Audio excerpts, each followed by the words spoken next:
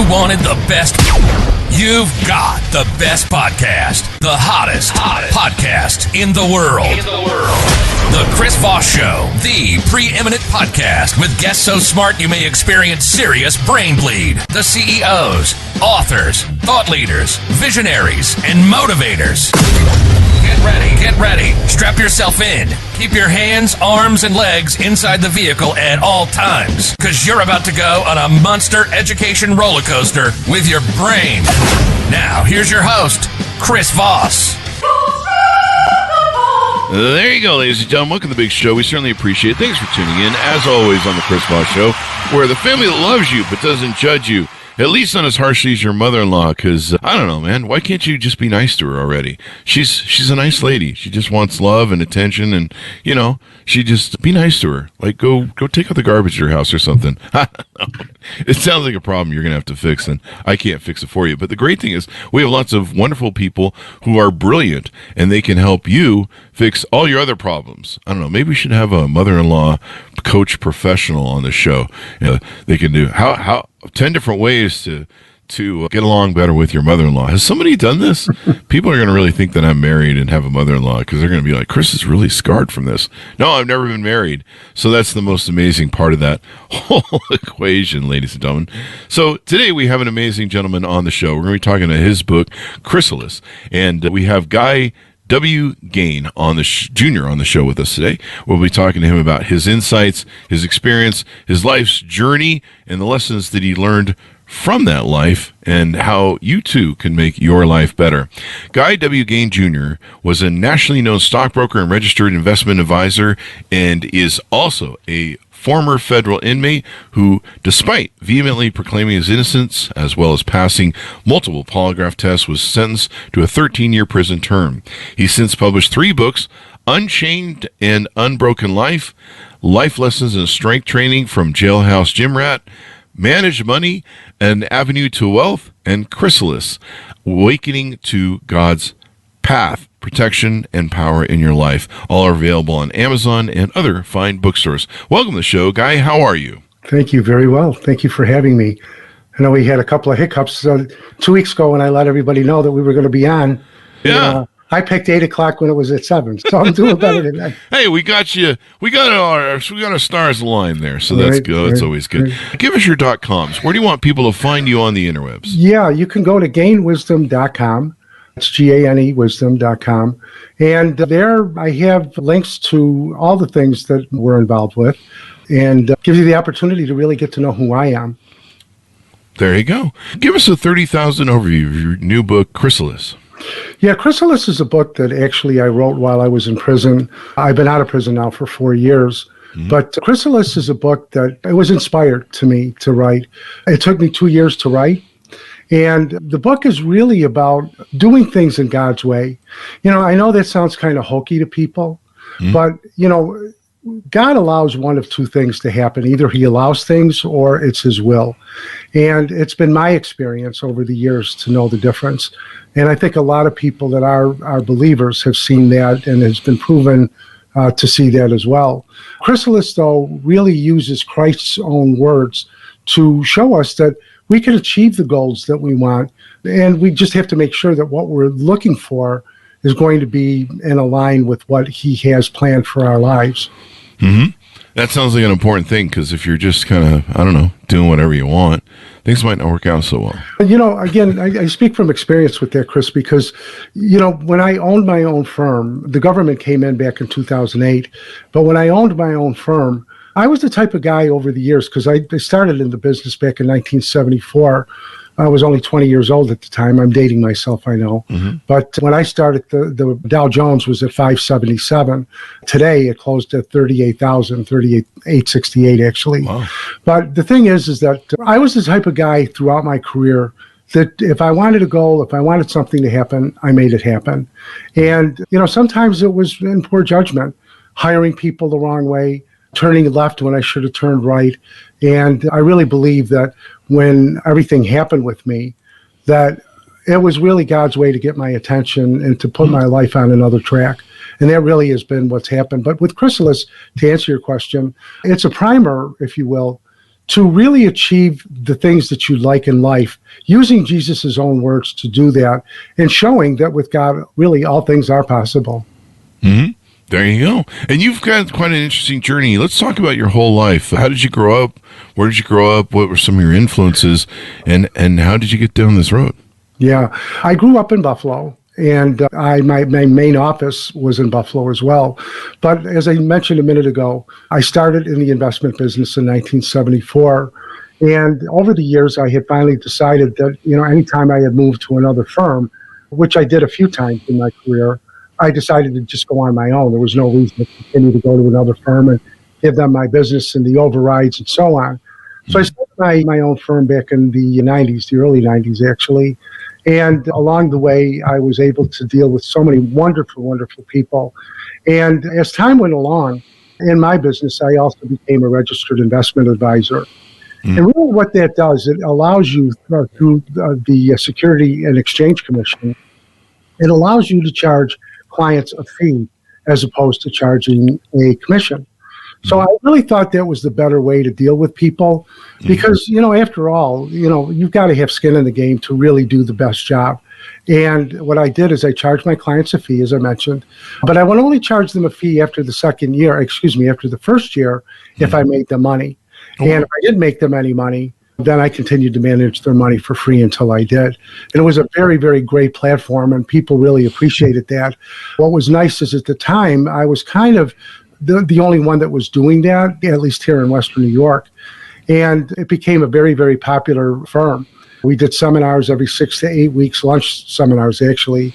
And our attendance was averaging about 230 people. And sometimes there were many more, and sometimes there were as few as 150. But in any event, as the years went by, and I was accumulating more and more clients, more and more assets under management, the rules and regulations got changed. In 2003, it was found out that a lot of the big mutual fund companies, which I'm not going to name because I don't need any more legal problems, but it turned out that a lot of the big mutual fund companies had allowed the big money managers, I'm talking about the billions that they had under management. I was paltry. I just had, millions. But in any event, they were allowing them to trade after hours.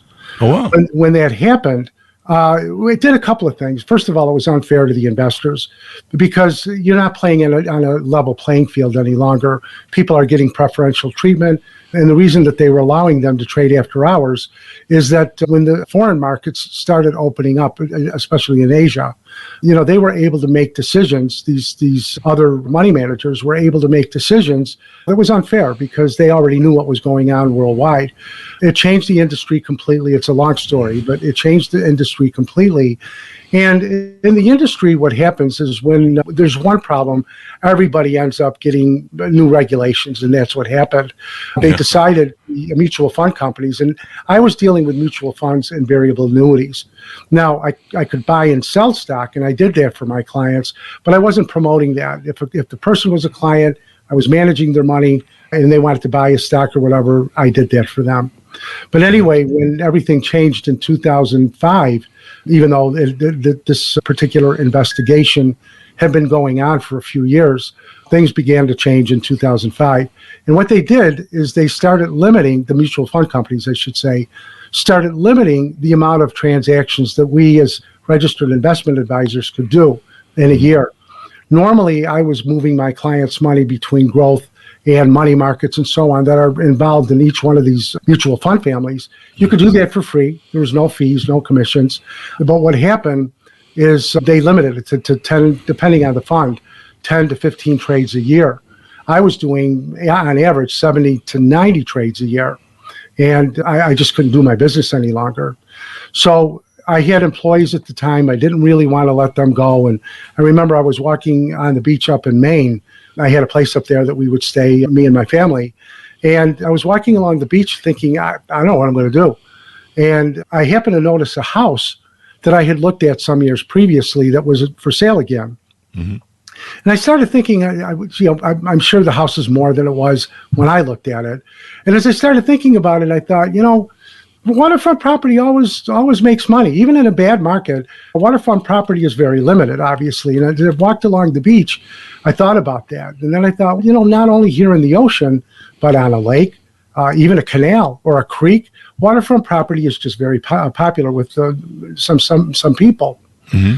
As I thought about that, I thought, I wonder if there's a real estate trust that I could put my clients' money to that is invested in waterfront property, at least give them the option, because I was no longer going to be able to do what I was doing. Mm-hmm. And the more I thought about it, when I got back to the house, I took a look to see what was out there and what real estate investment trust was there that was involved with waterfront property, and there were none. Wow. And I thought, this is impossible. I just didn't come up with this idea. In fact, I say this humbly, I did. And when I came back to Buffalo to my main office, I spoke to some of my folks, and I also spoke with a couple of investment bankers and told them my idea. And needless to say, everybody thought it was a great idea. Yeah. So what happened is we decided to put a company together to promote this. And it took us longer than we thought, which a lot of times happens with a new company. But in the meantime, in order to keep my employees employed, my office running and so on, we decided to raise money for operational expenses of our company.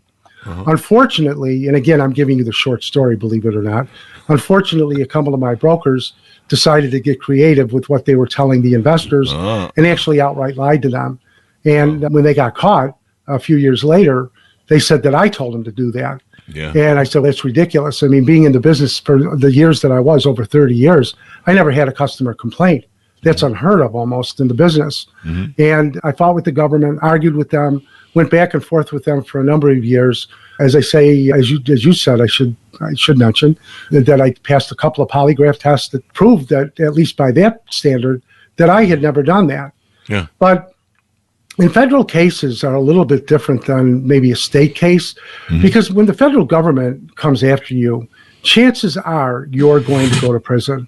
Yeah. And the more I argued with them and the more I fought them, the tighter the noose was getting around my neck with them. They gave me 51 counts in an indictment. And from what I understood from my attorney, the more indictments that they give, the weaker the case is. Because when you go to trial, which is what I plan to do, when you go to trial, you only need to be guilty on one of those charges, and they can throw the book at you. Yep. So after a lot of prayer, I decided to plead. And this is, as they say, years later, I decided to plead.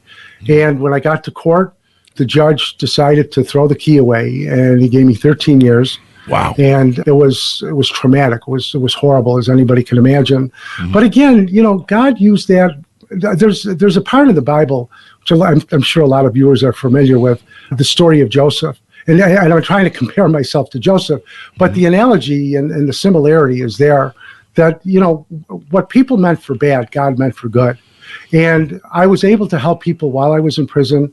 But while I was there, over and over and over, Chris, I found that God had my back the whole time I was there. And even though I was a Christian before, my faith became rock solid there.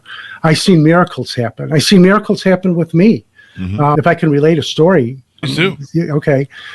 I had only been there a couple of days, and there was no primer that I could talk to or look at, or a consultant, even though that's another story. I'll tell you about that. But there was really no place I could go to find out what's it really like there. So I was on the phone, and I was making a phone call. And as the phone was ringing, this is 11 o'clock at night, and let me back up a minute. The phones in the federal prisons, I'm not sure about state, but the phones in the federal prisons are on from 6 a.m. until 11:30 p.m. Once you make a phone call, however, and you hang up, which they only give you 10 to 15 minutes depending on the facility, once you hang up, you have to wait another hour before you make a phone call. So I'm making this phone call at 11 o'clock, but I happen to see a phone off the hook next to me. So being the gentleman that I thought I was, I picked up the phone and I hung it up. Shouldn't do that in prison, I came to find out, because this huge guy came over to me. What? And I'm not going to repeat the things that he said to me, but, he said, "Who did this?" And I said, "I did." At this point, I've already hung up the other phone because I don't want the other party to hear this. And he went ballistic. Wow. And I was scared out of my mind. I've only been there a few days. And, of course, I've heard all the stories that all of us have heard, about all the things that go on in prison. So I thought, I'm dead. I'm dead. Wow. I go back to my cube, and by this point, it's about 11:15 at night. And this poor guy cannot make another phone call. What had happened by the way. He went to get a pen and a piece of paper. And it turned out that that's kind of common in prison, that if somebody needs to run back, they just, put the phone down like that and take off, and they come right back.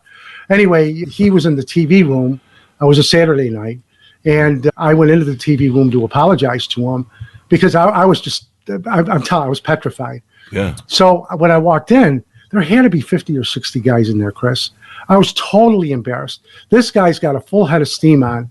And I said, look, I'm really, really sorry about this. And I didn't know. And he went off on me again.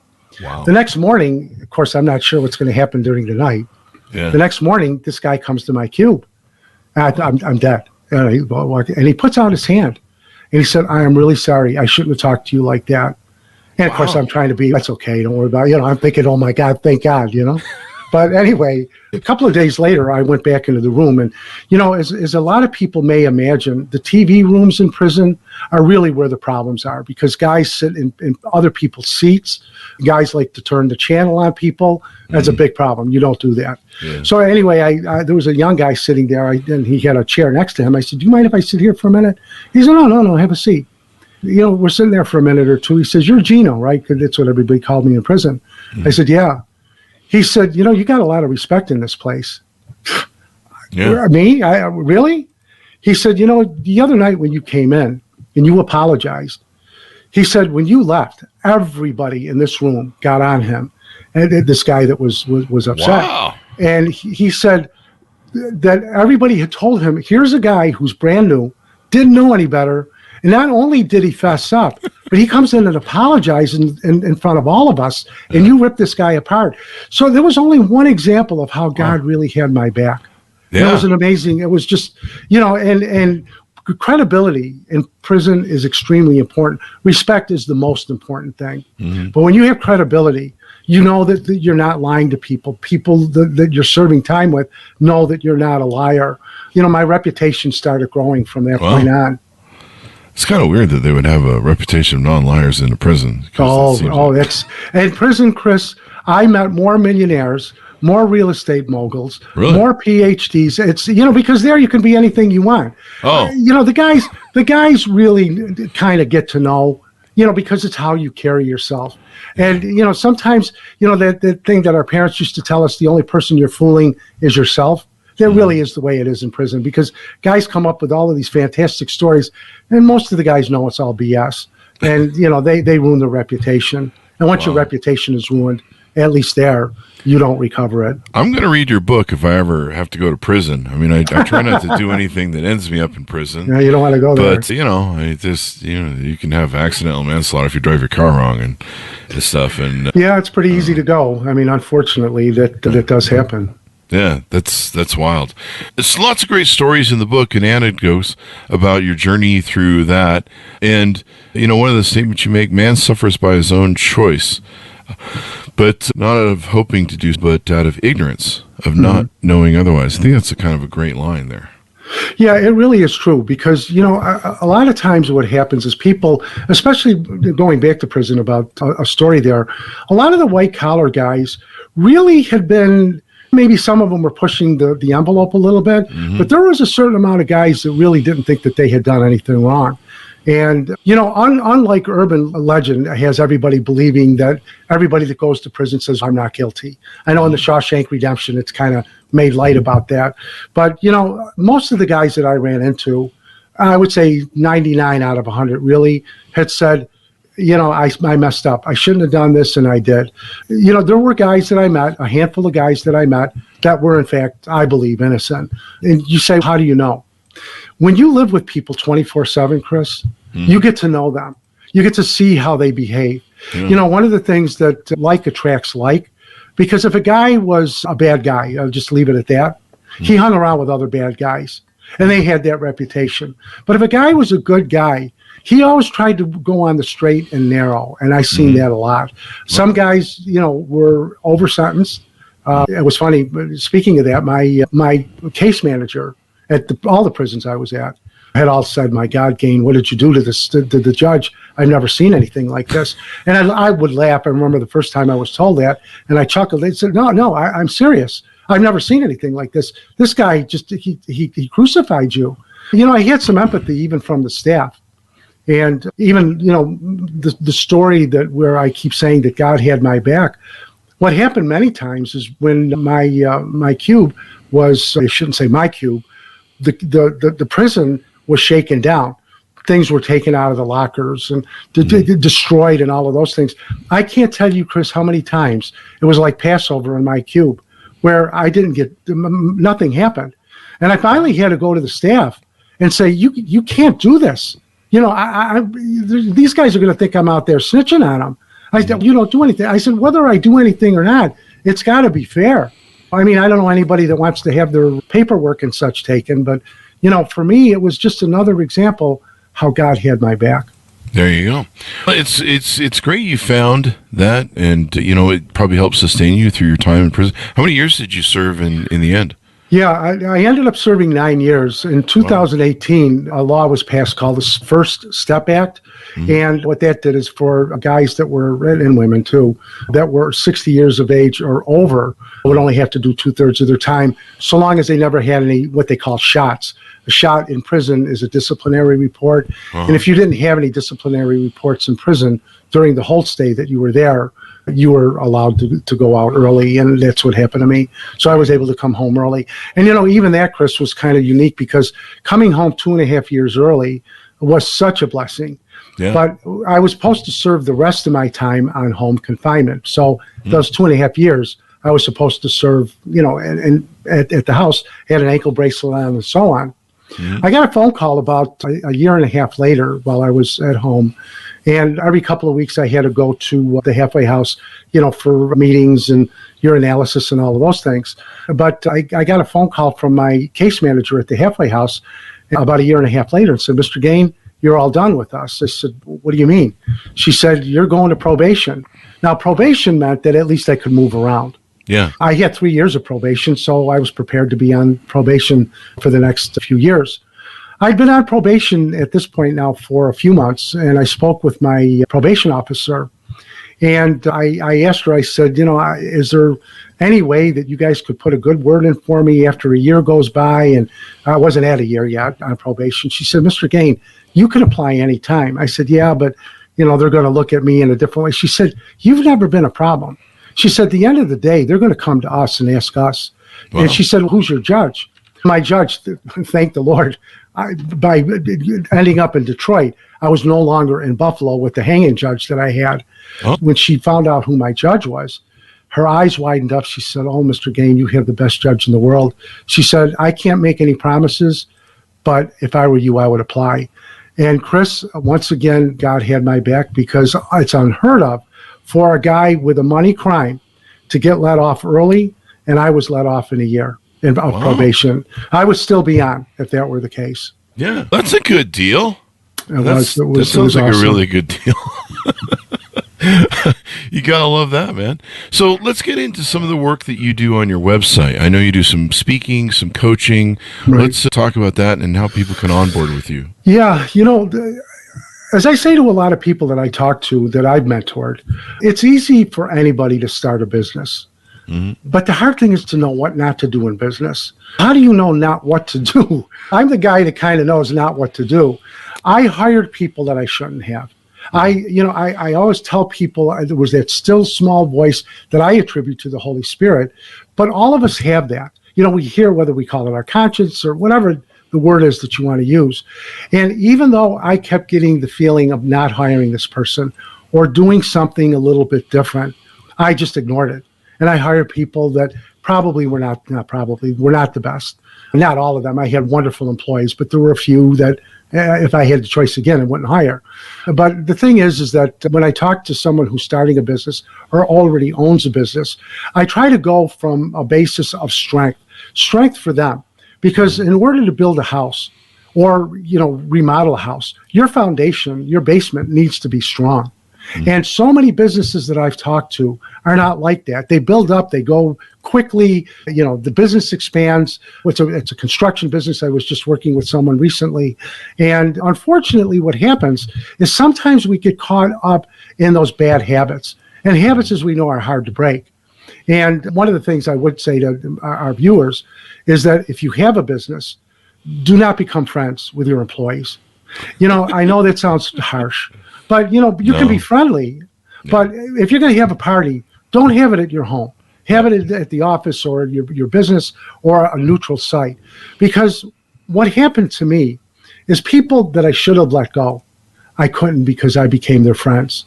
And I couldn't do it to a friend. I knew that they should have been let go, but I couldn't do it. One gentleman in particular had a daughter who had a severe handicap, and I should have let him go, but I couldn't.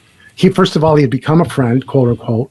But the other thing is, how could I look at his little girl like that? And I didn't do it. As I say, it's better for your business just to be business people, but you have to cover your tail no matter what you do.